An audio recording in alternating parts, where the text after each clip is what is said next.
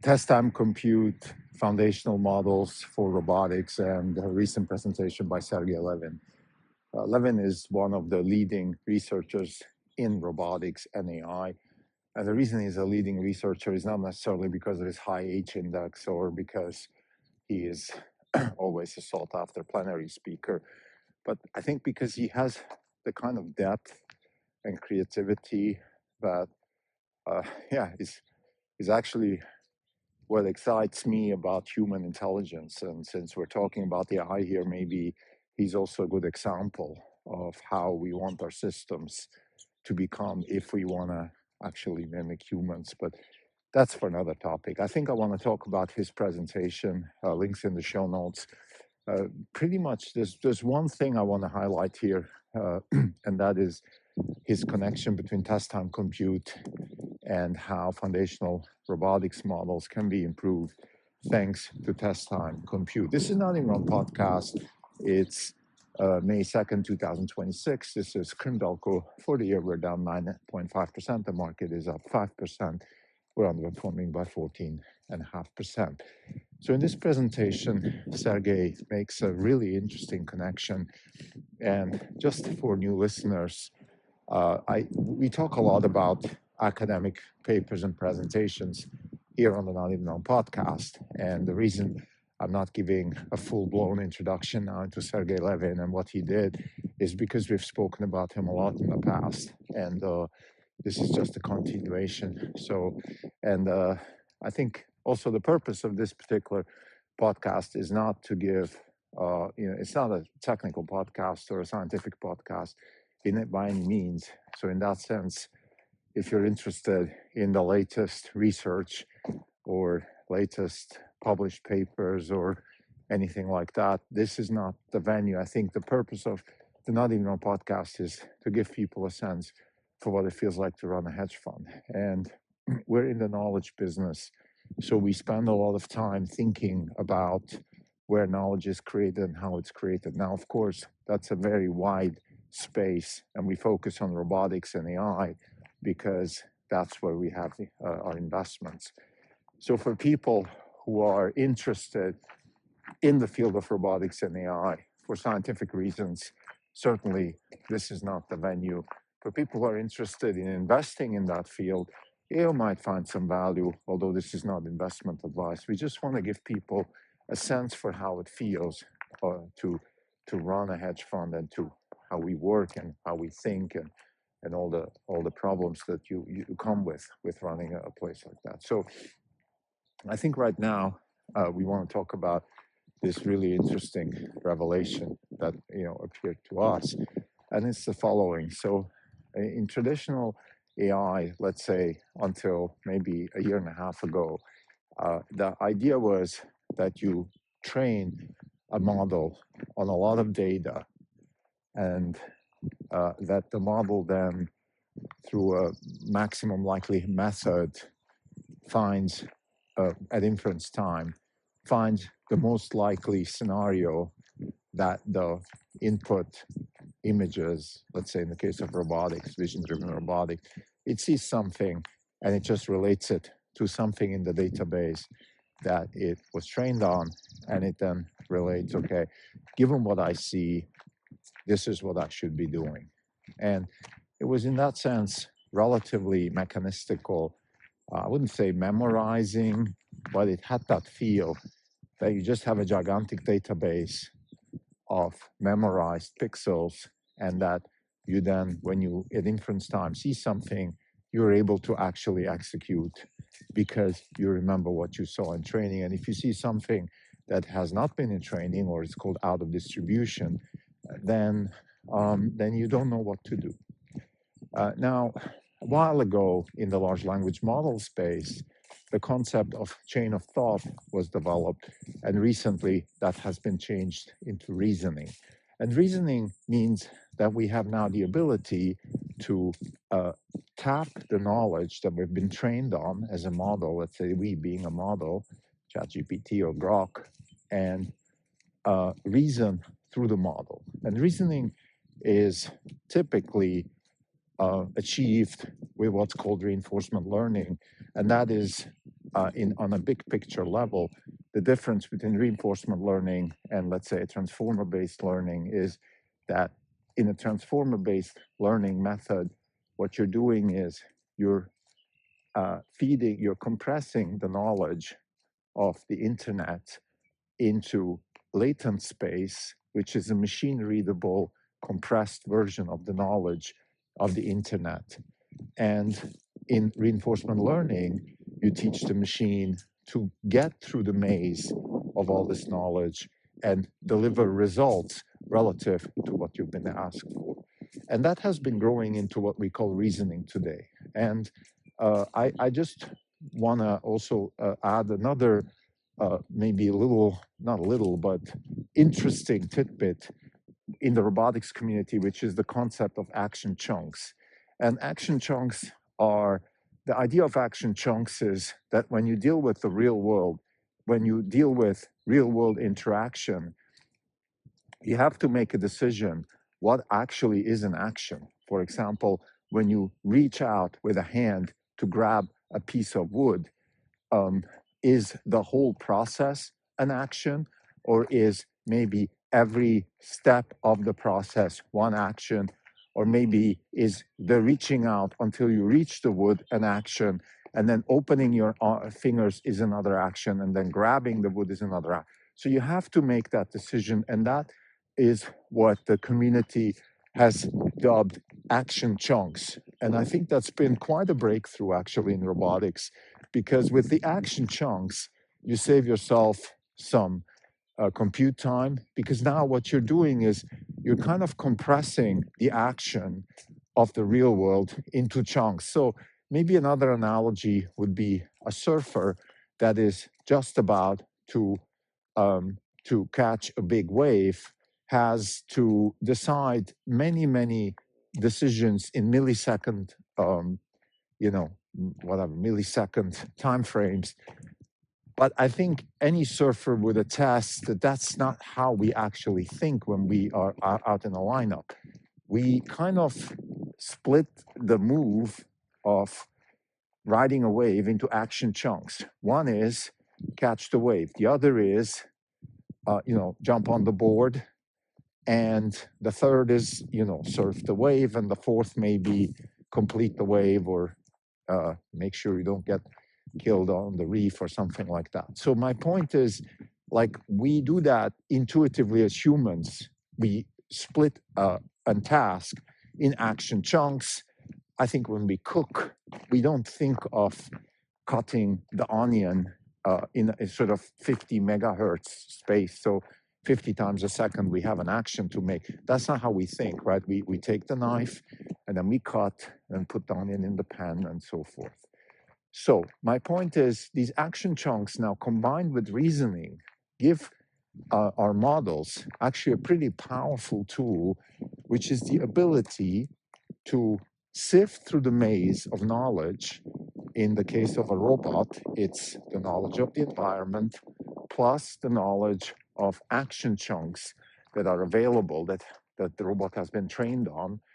And with that, the robot can now reason through a problem. And I think the reasoning is incredibly important in robotics because it's quite difficult to conceive any other way, at least for now. Maybe these things change quite quickly, but the problem with robotics or real world interaction is out of distribution, right? By definition, nature will give us many situations that we probably are not familiar with. Roughly, I mean, that's almost certain that that's going to happen. And because now we have two approaches towards training any system towards dealing with these out of distribution situations. One is, the bitter lesson, of course, which is kind of a lot of compute general models. Let's just memorize everything, or let's learn everything about the world. Let's learn how molecules behave. Let's learn how solid materials behave. Let's learn how animals behave. Let's learn how humans behave at any level, at any scale. Let's just learn and learn and learn and crunch more data. And the more we learn, the better. And I think that is actually an approach that has, in my opinion, will work, because it reminds me of how humans conquered flight. We didn't do it like birds. We did it a lot more inefficiently on a power to weight basis or whatever you want to measure. But we still conquered flight, and we solved flight for our purposes in many ways a lot better than birds did. So the same way, I think we can have this industrial scale intelligence that maybe is not very efficient. Maybe it's not very smart in a sort of human sense, smart, like you can make very interesting decisions with very little information. No, you need a lot of information. You need a lot of, input to make decisions that maybe a human could make with a lot less input. But nevertheless, over time, we will surpass human intelligence because we'll just have a lot more knowledge, because we have a lot more energy available to us. Don't forget, and this is a big takeaway I took from the book, the Princeton professor wrote about cognitive science. I forgot his name. I'll put it in the show notes. Um, so when he said in that book, I still remember that our intelligence has been a function of our sensor suite and also of our constraints. For example, the fact that we have a very efficient brain is not some fluke of nature. It's because we just are energy constrained. And if we can access energy, let's say in space and solar energy and Kardashev and all of that, well, then we're not energy constrained. So we can have different types of intelligence. So let's get back to Sergey. I'm sorry, I diverted a bit. I just want to say that given this other approach now, so not that we are going fully bitterless, and in fact, this is almost, it's kind of like a shortcut to the bitter lesson, which is, look, let's train the robots on as much data as we can, but then let's use reasoning for the robot to actually move around, and action chunks are the unit of that. So I think that to me is a very interesting approach. I think we see it also in Tesla with FSD. I think that's how Tesla is tackling what Musk calls the convenience problem. The convenience problem at Tesla is the fact that now we solved for safety, more or less. I think anybody who's driving with FSD, whether it's hardware 3 like us, or even hardware 4 and 14.3 plus, which is what most people are driving around these days with. The problem is not safety, but the problem is convenience. So you have this situation where the road is blocked because a tree fell on the road. You just can't go further. What do you do? I mean, I can already see that the car is doing much better. And 6 months ago, it would just turn around and go somewhere else, reroute itself. So basically, it's already solving those problems. But just think about yourself as a human driver. There's a lot of times there are still situations you could think of where you need to use reasoning, where you can't just automatically reroute. Like if I see a tree on the road, I don't need to reason much. I mean, it's obvious. I just turn around. It's there's no other way. I just turn around, reroute myself. But let's say there is a construction and they moved the lane into, I don't know, somebody's garden or something like that. So you really have to literally drive to somebody's garden, and there's no other way. And those are the kinds of things where you need to use reasoning, because maybe you have to see somebody waving to you and say, hey, it's okay, you can drive through this garden. There's no other way. We need to have this as an emergency escape route, something like that. Again, they're getting rarer and rarer. But of course, for Tesla, particularly launching the Cybercab network, those things are still important, because you don't want to be in the news as blocking or driving somebody's garden or something like that. But this episode is not about Cybercab network in general. I think I just wanted to mention Sergey's comments about test time compute, reasoning, and action chunks in robotics. I think it's a very promising field, because it allows for out of distribution behavior that robots will face for sure. And most importantly, and this is something Sergey has been talking about for years since I follow him, he once, I think, mentioned the word Robinson Crusoe robot, and that would be the robot that actually figures out how to survive on a deserted island. In other words, the robot maybe has certain goals that it's given by us humans, and that is survive or something like that, and then figures out everything else. So that's the end goal. That's the North Star where we're going. I'm sure Musk is going in that same direction because he wants to send Optimus to space. So you just don't have the ability to control these robots with human intelligence. So they need to have their own intelligence to be able to control themselves. And if they have that, then we can trust them to do work out there. In order to get there, they need to learn from something. And the hope is that they can learn from their own actions. So robots in the field start bootstrapping themselves by learning from their own actions. Now that is something that Richard Sutton also is talking about in the era of experience. And I think Sergey is definitely influenced by Sutton. So to summarize, I suggest anybody who's interested in robotics from an academic intellectual perspective and business perspective should very tightly follow what's going on in Sergey Levine's lab. He's, in my opinion, the best, maybe the best application of Richard Sutton's ideas. Seems to me that Sutton has removed himself a little bit from the scene. He seems like a bit of an outsider. I find him still the most important researcher of our time because he's really giving us, in very plain English, actually, the solution of where AI is going. The Bitter Lesson, the Era of Experience, those are two essays which I would put them in the context of let's say, Einstein's essays about relativity. I mean, this is going to be 100, 200 years from now, people will say, well, that's where it was written. I mean, that's when humans realized what intelligence is and how it's going to evolve. And I think Sergey is more attached to the, maybe not the real world is a bit extreme, but he's in Silicon Valley. His lab is, there's a startup here, Pi. So he's working actively with the startup community. He's working actively with the venture capital community. So he's a bit more like he's got his foot in the water here, versus Sutton to me seems more like a little bit attached. And maybe that's the right way to do it for him.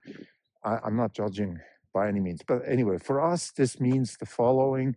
I think we are on the way we see this here at Orange Capital Partners is that the impact of AI on the world will be enormous. And tell me something new. I get it. That's not why we're doing this podcast. You can hear that almost anywhere now, even in legacy media. But I think there's two things that we strongly believe in that I think not everybody is on board with. One is the risk is way more to the upside than the downside. Like this concerns about bubble and stuff. That's like, dolphins being concerned that the first fish that went on land is kind of overextending itself. The land is not good enough for living beings or something like that, because the potential on land is so much bigger than in the water. So that's number one. The risk is way more to the upside, because what we need all the 5 layers of the cake. The cake, links in the show notes, Jensen's cake, energy, infrastructure, chips, models, applications, training infrastructure. I don't know. There's 5 layers. Check the link. So we need all of them, but most importantly, what we need before we even start doing the cake and on all the different levels, we need to have a vision, a strategy. And the strategy is that we want to have fully autonomous systems that learn by themselves. So we need something that we need to design a system that is conducive to learning from its own experience. And I think that is what Sergey is putting out there. That is what Musk is doing. Others are doing that too. They're not the only ones. But I just think that given that that is in process, we have to expect massive impact uh, on this technology, from this technology, on society, on economics, and that's great. It also has, of course, it will bring social unrest and things like that. That's for another podcast. But from a wealth creation perspective, this is definitely a very exciting time. Thank you.